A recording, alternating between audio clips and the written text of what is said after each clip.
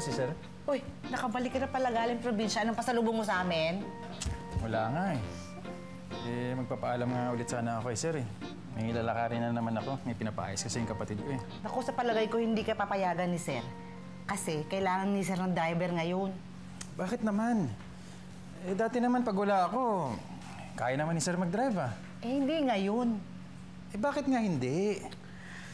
Ako, importante pa naman yung lalakarin ko. Anak ko, ang mabuti pa, si sir na papaliwanag sa'yo. Teka lang. Sir! Sir! Andito na po si Robert!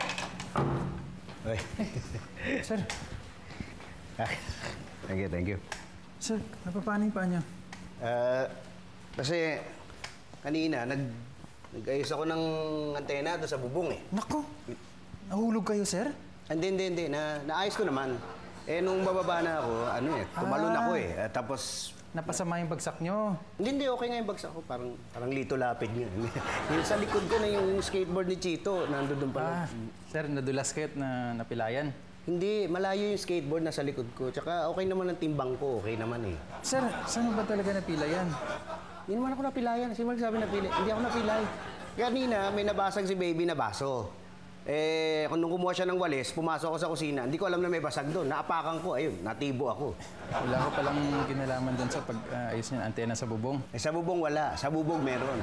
Tsaka nagkikwento lang naman ako, ikaw kasi panay overtake mo. Halika na nga, marito tayo. Sir, Teka, sandali. Huwag mo sabihin hindi ka pwede magmaneho ngayon dahil may lalakarin ka at magre-recommenda ka lang na ibang tao para magmaneho para sa akin. sakto, sir. Paano niyo nalaman? Wala lang, naisip ko lang. Tsaka ganun dapat mag-overtake. Pasok!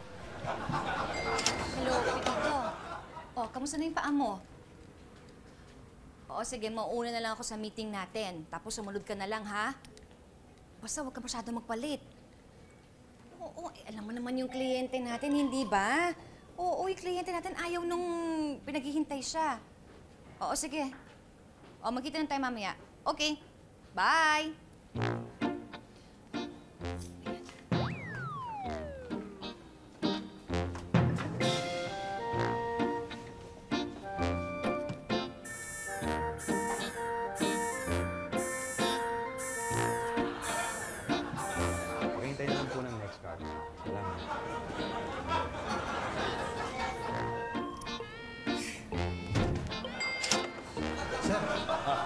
Sir, dito na yung pinsan ko. Ha? Buti naman. Maraming lalakarin. Sige, papasukin mo. Pinsan! Ay. Good morning, sir. Ako nga pala po si Ramon. Basta. Naikwento sa akin ni Robert, nagmaneho ka raw dati sa punerarya. Oo, sir. Kaso hindi po ako masyado nagtagal doon kasi siyempre, alam mo naman po sa pangyaraan, nakakainip po magmaneho ng karo ng patay. Walang action. Anong minaneho mo nang sumunod? Ambulansya yung sumunod. Okay, sir. Hindi pa tayong pinagmamaneho, naghihingalo. Nagmaneho ka na ba para sa buhay? Hindi pa, Kung sakali kayo po una. Wow! Pero sir, mas magaling yung driver yung pinsan ko kaysa sa akin. Kahit na kapikit nga yan, kaya mag-drive eh. Talaga. Hindi kaya ako makapikit pagka ikaw nagmaneho para sa akin. Kaya ako, hindi ko, sir. Kung pagpasero kayo, sigurado relax na relax kayo dahil kahit mabilis ho magpatakbo safe na safe naman, At saka kahit saan niyo po gusto pumunta dito, kayang-kaya kong puntahan yan. Talaga?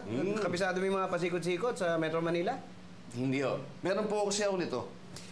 Yan, ito po. Ito? May ganitong laruan din yung anak ko eh. Ay, hindi po laruan yan, sir. GPS po tawag dyan. GPS? Ano yun? Anytime, anyone, anyhow. Halika manood at sumigaw. Anywhere in the world, everybody in the house. Click and subscribe now. You know. Click and subscribe